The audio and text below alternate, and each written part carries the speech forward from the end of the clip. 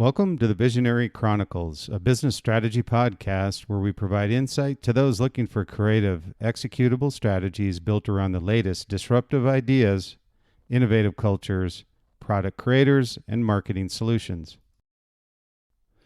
Today in the Visionary Chronicles, we're going to talk about fuel. I affectionately call it fuel, but it's really what drives the marketing engine. And a lot of times when you look at brands, there's this cool factor associated with it, but there's also a very definitive positioning behind that brand. So I call it the fuel, because really when you look at it, you're filling that engine with a passion day after day and defining how you want your brand to run. But clearly this brand and how you position it, how you run it, how it looks, how it's positioned out there in the marketplace to your consumer and your community is really driven around marketing. So I felt it would be a great episode for us to talk about today on the Visionary Chronicles about what I call the fuel, strategic marketing that drives a brand. And really it's as simple as that. And when you look at fuel, what I found interesting with it is the true definition of it is any material that reacts with other substances to release energy to be used for work. And I thought that's a pretty cool definition because it actually talks about a team. It talks about releasing energy. It talks about reactions. And really, when you look inside the belly of a great brand, there is friction inside of a marketing team, there's friction inside of a brand, but the friction is driven by wanting to be the best, wanting to be great, and wanting to be consistently great with your community, your product, your brand, and your customer. So all of these pieces come together, but it's all really driven by the fuel or this marketing team and this reaction, this release of energy that's used for this work, this purpose about driving a brand in the marketplace and their community for generations. And so when you look at this and building a team that's going to put the fuel in the engine for the brand, it's really the marketing team. Now, all of that obviously on the front end is driven by great products, consistently great products that are authentic.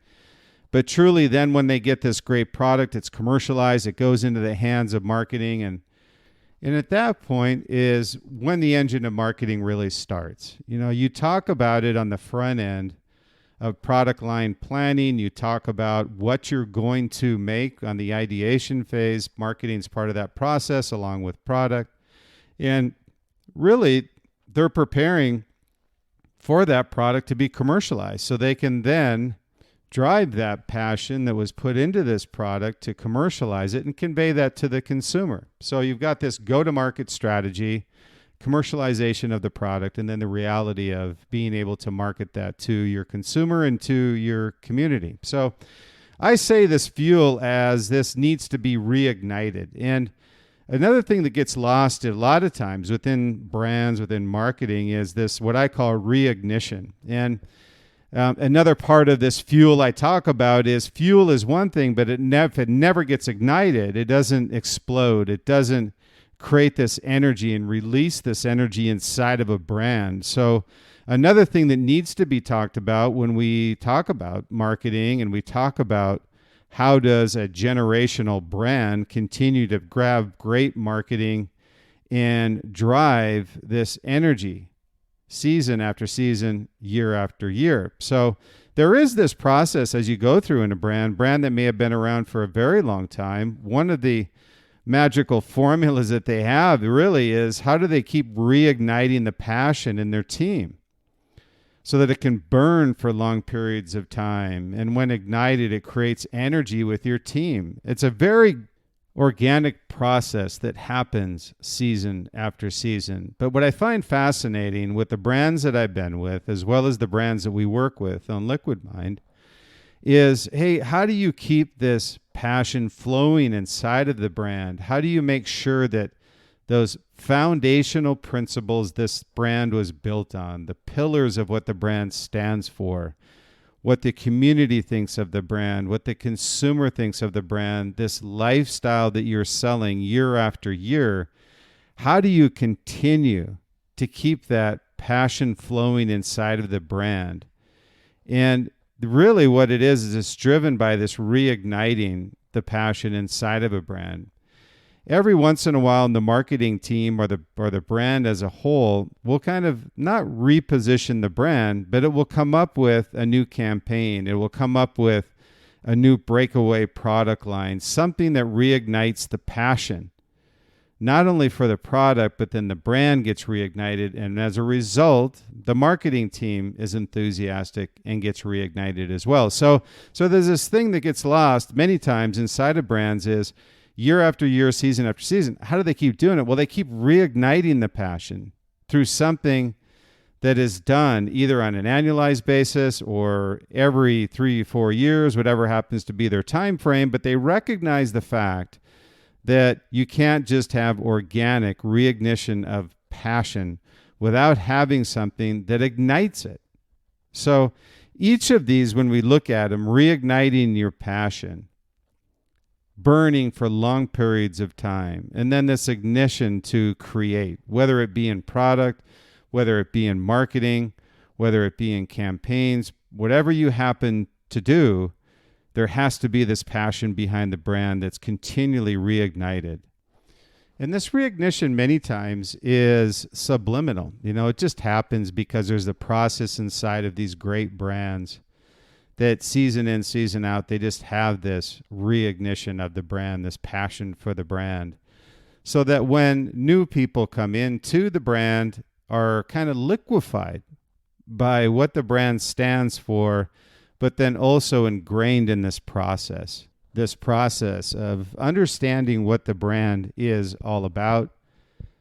Very important to understand also the culture of the brand, but then also how does the brand create? And I feel it's really important that from a marketing standpoint, that the marketing team understands what goes into creating a great product.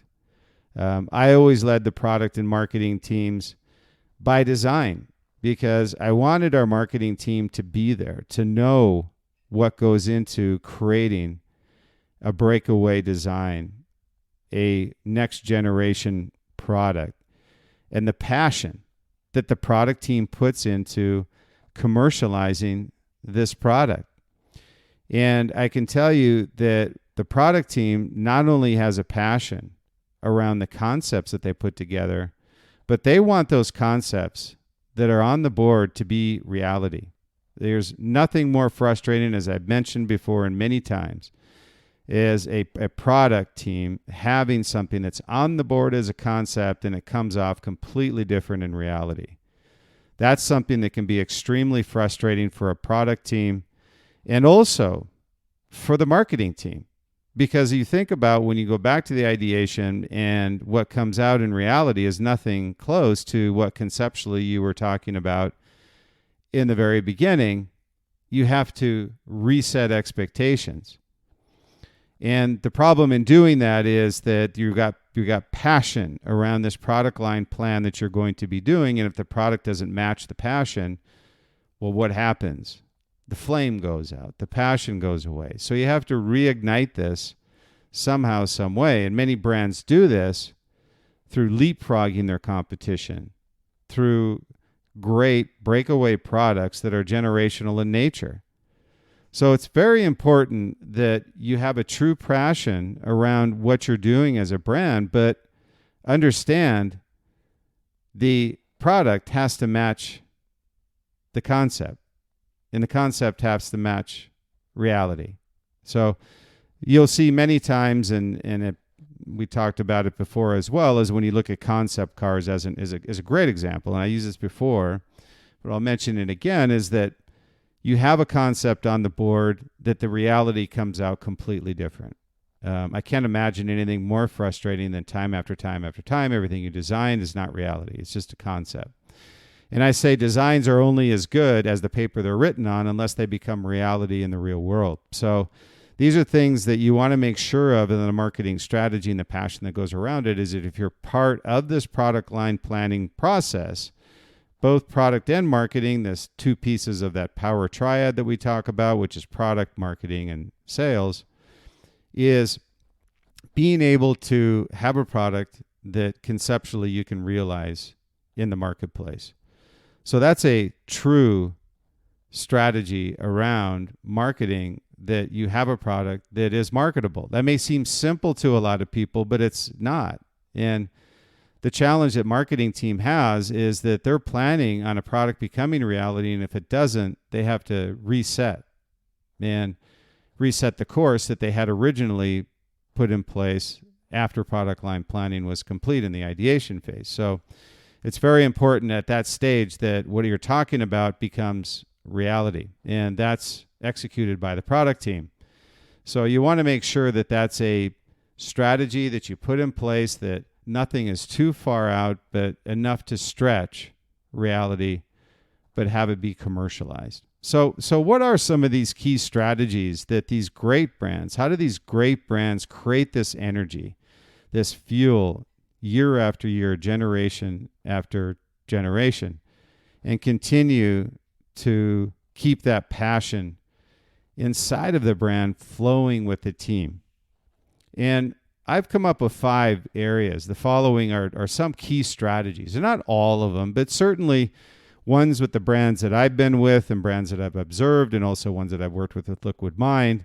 Our team works on these strategies day in and day out. And unless you have these in place, the other parts of the execution of the strategy on marketing doesn't happen. So the first thing is kind of a top line strategy, clearly defining your positioning. And what I mean by this is there's one word in this sentence that people seem to forget or bypass, and that's clearly. People say, yeah, I have a positioning statement, and I ask them what their positioning statement is. I says, get it down to 5 words or 1 sentence at the most, and it's an extreme challenge for them. And the reasoning behind this is clearly defining your positioning. If it takes you a minute to explain what your positioning is, you lose people after the first 10 seconds. You have to ensure the reality of where people are today. Not only the people outside your company, but also the people inside your company. So unless you understand what you stand for, no one else will. And that includes both those groups. So the word you want to focus on here is clearly define your positioning. Try to get it into 5 words or less, or 1 sentence at the most. Just positioning. What do you stand for? What is your brand positioning that matches something like a BMW, the ultimate driving machine? 3 words, but 3 extremely powerful words that no matter who you talk to, when you say BMW, they can roll that off their tongue without a problem. And I can tell you, word of mouth is everything these days. Attention span is everything these days. So unless you understand what you stand for, again, no one else will. The second thing is, have a near-term plan for continually fueling the marketing strategy, and a long-term plan for maintaining your brand foundation. And what I mean by that is that there's this continual season after season. Most brands have 4 seasons, spring, summer, fall, holiday, and you need to have a marketing strategy around what you're going to be doing on an annualized basis. But you also need to have a plan for ensuring that your foundation as a brand stands. So the foundation is protected by the marketing team, and it's part of your strategy. You can't have a foundation that's continually changing and continually crumbling from underneath you and have an effective annual marketing strategy. So have a near-term plan for continually fueling your marketing strategy and a long-term plan for maintaining your brand foundation. Extremely important to keep that foundation intact. That's your anchor, and that's what sets the plan and the strategy for what you do on an annualized basis. Third, build a cohesive structure to ensure accountability to the team. And I say the team in a cohesive structure. So I use very intentional words here on this third point, is a cohesive structure to ensuring accountability to the team, because everybody inside the team should understand what they're doing and how they're doing it, where they're doing it, and when they're doing it. So not knowing the plan is not a plan. Defining roles with responsibilities, and you'll be surprised how many, even large brands, You go inside of marketing teams, you go inside of sales, functional groups in general, and many people inside of those functional organizations don't understand what their specific role is in building and executing on a strategy. So build a cohesive structure to ensuring accountability of the team so everybody understands what their role and responsibility is. There's no overlap, so you don't get people that are pointing fingers. And for me, it's really important to understand pointing fingers. There's a concept I learned early on. Whenever you point a finger, there's one finger pointing at somebody else, but three fingers pointing back at you. Just hold your hand out right now, and you're going to see three fingers pointing back at you. So be careful when you start pointing fingers. If you are heading up the team or you have the accountability to executing on that strategy, ensure everybody understands their roles and responsibilities. And the fourth is execute relentlessly. I love the word relentlessly because everybody, if you built a cohesive structure, you have a near-term, long-term foundation in place, near-term plan, long-term foundation, and you've clearly defined your positioning. Executing relentlessly is a given. Having a plan defined by the brand positioning, go-to-market strategy, and content engine creates, builds, and grows your community. And I say community because in the world of D2C, the world of branding, the world of equity, the world of content, the community is everything. I don't care if you're selling to a retailer or you're selling D2C, the community is everything. Those are your loyal fans, the ones that will follow you, will listen to your words, your content, and buy your products. So executing relentlessly is extremely important. Having a plan defined by the brand positioning, go-to-market strategy, and content engine will build your community. Number 5 is sweat the small stuff. There's a difference between a 4 and 5-star resort. And the only recognizable difference between those two ratings, more often than not, is in the details. Now, there may be other conditions for it. It may have a 5-star restaurant, whatever it may be, but I'm telling you, the beauty is in the details. And that's what people look for. Ensure all you do is done consistently great, down to crossing your I's, dotting your T's. It's the small details that make the big difference. It's the small details that are the difference from a 4-star to a 5-star hotel. And same with your brand. Make sure that everything you do is detailed, has a process behind it, and everybody understands the positioning of your brand and how you're refueling that engine, instilling the passion and reigniting it every single year. So be great, be consistent, and be clear with your team. And this is the key aspects to driving a brand strategy and a marketing strategy executing relentlessly. I want to thank you for listening to the Visionary Chronicles. I really appreciate your time. I know that you've got a lot of other things on your plate, and I really appreciate you taking time out of your day to listen to the Visionary Chronicles, so thank you. Our intent in creating the Visionary Chronicles was really to address not only critical business issues, but also personal plus professional issues that business owners, entrepreneurs face on a day-to-day basis. So if you could and you like what you hear, certainly the support helps and the reviews are tremendous. So we really appreciate all those of you who have given us reviews.